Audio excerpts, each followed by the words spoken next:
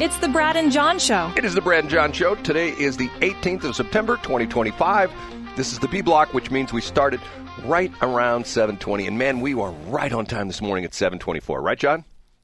Military precision. Military precision. And the B block, also known as the Bravo block, or more importantly, the Brad block. And what do we do in the Brad block, John? It's time for Brad's Top 3. It's time for Brad's Top 3. And you were right on you didn't miss the pitch there at all. You were perfect that time. And what do we do when we start Brad's Top 3? We go with number 3. It's number 3. It is number 3. My previous number 3 on my sheet was STL comes to its senses. That's what I put, and that was the idea about. Yeah, there you go. The data centers. Okay. But instead, I will bring up an interesting article that I read the other day, which I had saving for a time when John would usurp one of my top 3, and I'd have to go to B block, or essentially another one. An interesting story. Hold on a minute. I got to clear my voice again. If I can get it to come up. The headline is, Diabetes Risk Quadruples with Use of Popular Natural Remedy Study Finds. And what is the natural the national or the natural remedy, John? Is it cannabis? It is. Adults who No way. Yeah, I swear. So wait a minute, hold on. You're telling me that people that smoke dope are more likely to end up becoming fat? It says, this is the first paragraph. Adults who consume cannabis are nearly 4 times more likely to develop type 2 diabetes than those who don't, according to a new study. Research led by Ibrahim Kimmel, Kamel, not to be confused with Dr. There we go. My Dr. Camel, Kamil, Camille Winter, from the Boston Medical Center in Massachusetts, analyzed medical records from 54 healthcare organizations across the U.S. and Europe using TriNet X Research Network. I have no idea what that is. They compared about 96,800 people with cannabis-related diagnosis, from casual users to those who with dependency, to more than 4.6 million individuals who had no record of drug use or chronic illness. Over a 5-year period, 2.2% of cannabis users developed type 2 diabetes compared to just 0.6% of non-users. Even after adjusting for other health risks like high blood pressure, cholesterol, heart disease, and alcohol or cocaine use, marijuana users still faced a higher risk.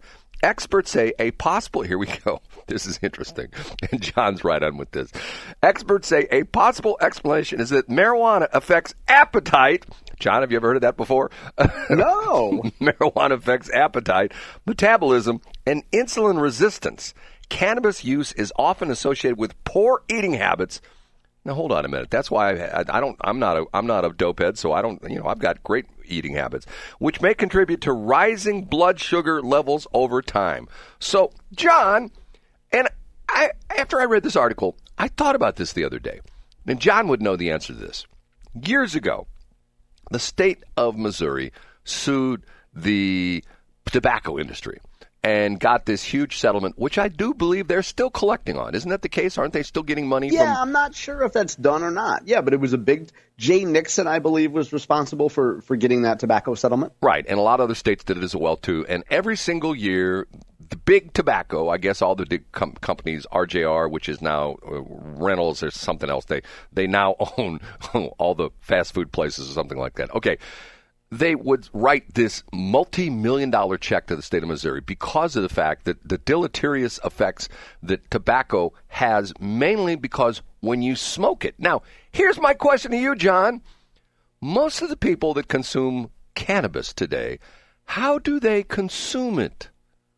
I would say that a majority still smoke it. So why the state of Missouri, when they go after big tobacco because you're ingesting that leaf, that plant into your lungs, which is causing cancer and things like that, why would the state of Missouri essentially condone the fact, and even to the point where they're making money off of the fact that people are inhaling a leafy product that they're burning into their lungs?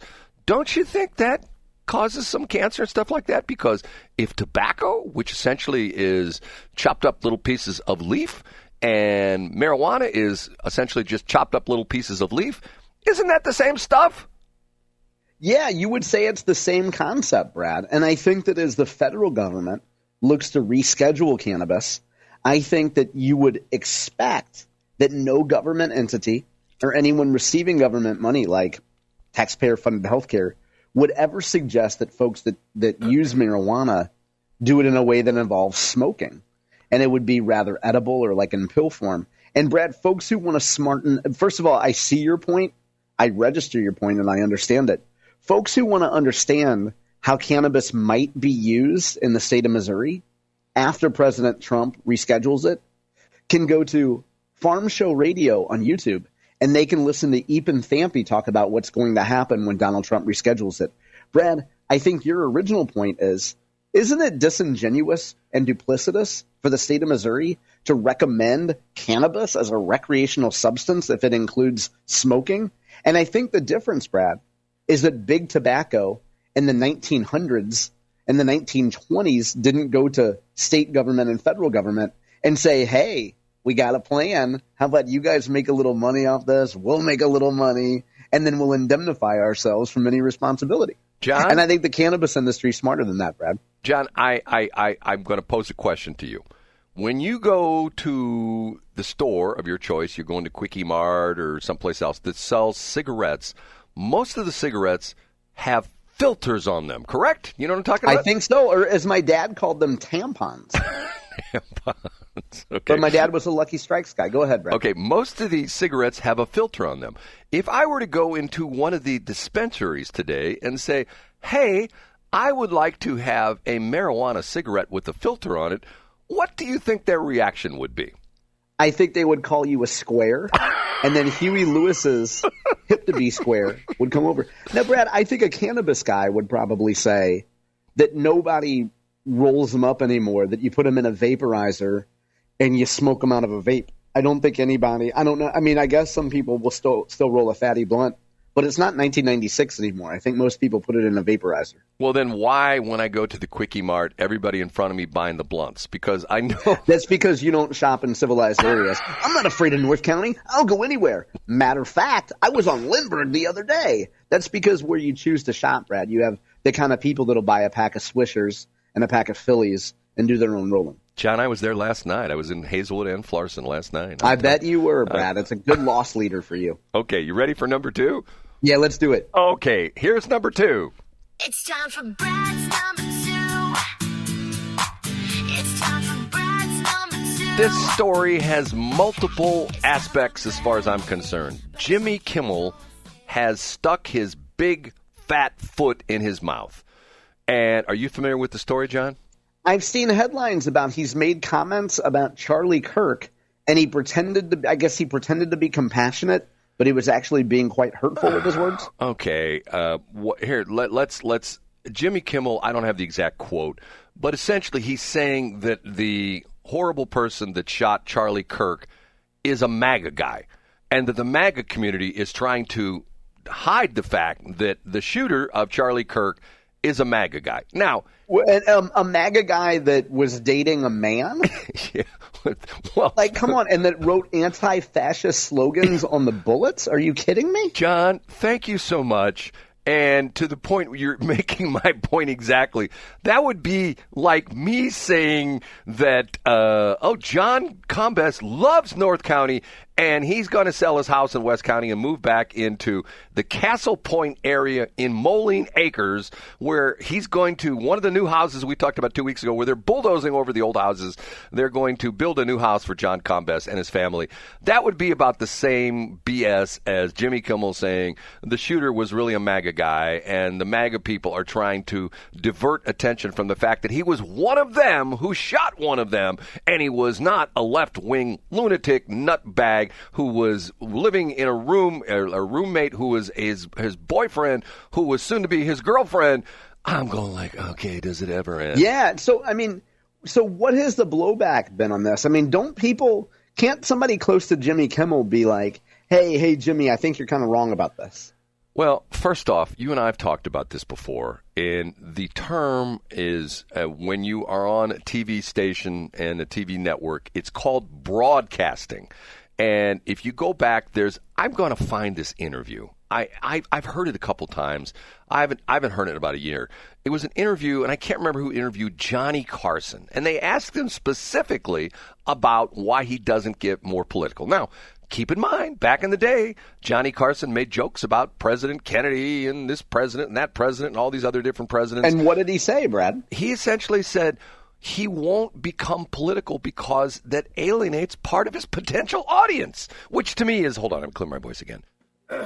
Which to me is like, okay, that would be like John opening up a coffee shop and putting a sign on the door saying, if you have pink hair, piercings, or tattoos, you can't come in my coffee shop. Okay, so immediately you're going to alienate a certain part of the audience. Go like, well, he doesn't like my pink hair or my piercings, or my tattoo. I'm gonna have to go to Starbucks, right? Where they don't care. Yeah, and I think, and we've discussed this many times, Brad. Dedum Tots, the idea of there was a Wisconsin store that said they didn't want conservatives buying their spices, right? Right, that was goofy stuff. And they had a branch here Brad, in St. Louis. Now, let me ask you an intensely personal question that you've never addressed on the show before. Did Michael Jordan have any comment about, I don't know, selling sneakers? I think his quote was very short and succinct. Republicans buy tennis shoes, too. Wasn't that the quote? Yeah, Republicans buy sneakers, too. Yeah, Republicans buy sneakers, too. And once again, Michael Jordan should be the icon for anybody like Jimmy Kimmel. But, okay, here's the story. He said this, and you got to understand that the television industry is doing the same thing the radio industry has done. It's consolidating. And there's a company that owns 2 stations here in town called Nexstar. They don't own any ABC affiliates, who is Jimmy Kimmel's on. They own the Channel 2, which is the Fox, and they own 11, which is CW. I don't know what it is anymore. Anyway, they have announced that they own like a couple hundred TV stations, and I think they have 35 of them that are ABC affiliates. So they essentially contacted ABC Disney and said, hey, we're not running Jimmy Kimmel anymore. So hold on just a minute. I don't know what's wrong with my voice this morning. So as a result, Disney has pulled Jimmy Kimmel's show. So an indefinite suspension of the show. Now, taking it one step further, Brendan Carr, who is the current FCC commissioner, and this is really interesting because this goes along the line of what you and I talk about from time with broadcasting. We as broadcast licensees, and you and I have talked about this on the air, that we have what we call, all 3 of our stations have what we call public information file. And I asked you to give me a list of all the shows you're doing for the farm show. And quite honestly, it could be this show as well, too, because we do discuss public information. We discuss public affairs, we discuss data centers and stuff like that. So this entire show could essentially be serve as sort of our public affairs programming. Brendan Carr essentially says, look, this is getting ridiculous. I'm paraphrasing what he's saying. You know, these broadcasters have licenses, and they're supposed to serve the public interest, convenience, necessity, which dates back to the 1934 Communications Act. They're not serving the public interest, convenience, necessity by essentially, and I'm going to go out on a limb and say, Jimmy Kimmel lying about this situation to make it look bad for Republicans and good for his ilk. Would that be synopsizing it very well, John? Yeah, that's fair to say. Yeah, he's distorting the facts to present a biased view of President Trump, for sure. Because I think everyone will agree after the information has come out that this dude that shot Charlie Kirk is no way in any shape or form a Republican, a conservative, or a MAGA person. Would that be safe to say, John? Yeah, absolutely. Of course not. I mean, that's common sense dictates that, Brad. Right. So here's Jimmy Kimmel saying, "Well, he's a MAGA guy," and now the thing that's come out, the meme that's come out now is he is a MAGA guy, and the reason he shot Charlie Kirk was not MAGA enough, which is why I have declared myself an American. I'm above the fray. You people can fight it out. As a matter of fact, there was something on the news I read yesterday about the Freedom Caucus. Isn't the Freedom Caucus 2 dudes now in the state of Missouri? Isn't that who it's down to? Isn't it down to Ricky Schroeder and one other guy? Isn't that what the Freedom Caucus is? No, that's wildly incorrect. In fact, Nick Schroeder has an event tonight, Brad, in Defiance. You should go to it. If you're talking about members of the Missouri Senate who identify as members of the Freedom Caucus, yes, it would be Nick Schroeder and Adam Schnelting, but there are members of the Missouri House in the Freedom Caucus. Hold on. Adam Schnelting is in the Freedom Caucus? You're being sarcastic, right? The guy who wants to put laws into effect that if you're doing 110 miles an hour and he comes up behind you doing 120 miles an hour in the left lane on I-70 head toward Jeff City, he's going to throw you in jail. He's in the Freedom Caucus? Yeah, he's also got a proposal not only about the fast lane and the left lane, but also you should be fast enough to get through your first two stories before 7:39. And now, big finish. The excellence of execution, Brad Hildebrand. Brad, with a minute left, how about story number one? Do you have a big finish? I'm playing it right now. You're talking over it, John. I've started the jingle already. Okay, this is why I love North County. Okay, let's say a car, a BMW with 5 very preppily clad robbers pulls up to the Whole Foods at 141 in Clayton Road and walks in with very nice guns, all polished up and everything like that, and says, "Hi, we're here to rob the place." And the employees of the Whole Foods at 141 in Clayton Road will go, "Oh, take anything you want. We promise we won't resist. You can take anything. Here, let me open the cash registers for you." Okay, as opposed to Hazelwood. What would happen in Hazelwood, Brad? No. Bellefontaine Neighbors. Oh, Bellefontaine Neighbors. What would happen there, Brad? 5 dudes roll up to a market in Bellefontaine Neighbors, and they jump out of their ghetto cruiser with their guns showing, and they go in and announce a holdup. And the employees pull out their guns, and after 80 rounds are exchanged back and forth between the employees and the robbers jump into their ghetto-mobile and leave with nothing. Now, would you rather live in West County, where the people, oh, you robbers, take our money, tofu's on aisle 3, take as much as you want? Or would you rather live in North County with the guys who defend their territory? Yeah, put me in 63137. Now, Brad, I just Googled it, and I'm not going to click on a link because it's, KSDK, and there'll be 43 pop-ups that play at a huge decibel, like you playing the top 3 clips in my ear.